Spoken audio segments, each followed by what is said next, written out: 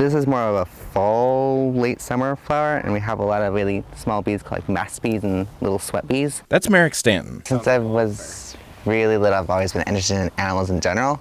But in about 7th grade, I took a really deep dive into bees. And when he says a deep dive, he means it. And I would read a book, I'd find the person who wrote the book or someone else to mention, and then I would email them my questions about, oh, this, and such. In the book, I didn't understand why is it this way. That curiosity led him to get involved with the Oregon Bee Atlas, a program out of Oregon State that trains volunteers to collect and identify the fuzzy pollinators. Andoni Melithopoulos, resident bee expert at OSU, was leading the training. I met him on Zoom during the pandemic, and his camera was off, and I could have sworn by the sophistication of his question, he must have been 65 or 70. And when he turned his camera on? Unbelievable.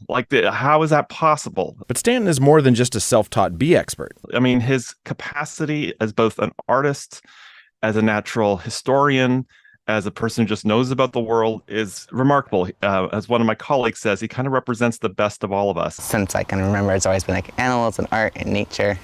So drawing throughout my whole life and painting and whatever I can get my hands on. After the training class, Stan did what he always does, creating custom thank you cards graced with his artwork. He would send watercolors of work that he was doing, and he sent me a graphic novel of a very kind of wonderful wild bee and its life history. And we were thinking about the plate, like who would design the plate. Stanton jumped at the chance, and despite competition from professional graphic designers and artists, his art was chosen as Oregon's newest license plate.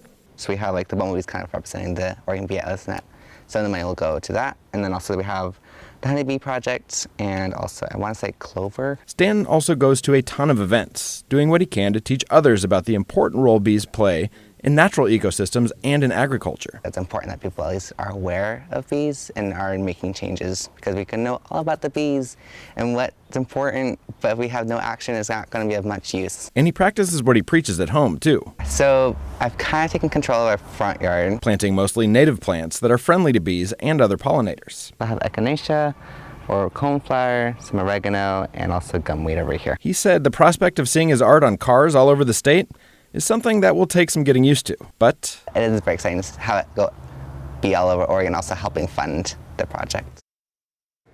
Now, if you want to get your hands on one of these plates, you're going to have to wait just a little bit. They won't be available until November.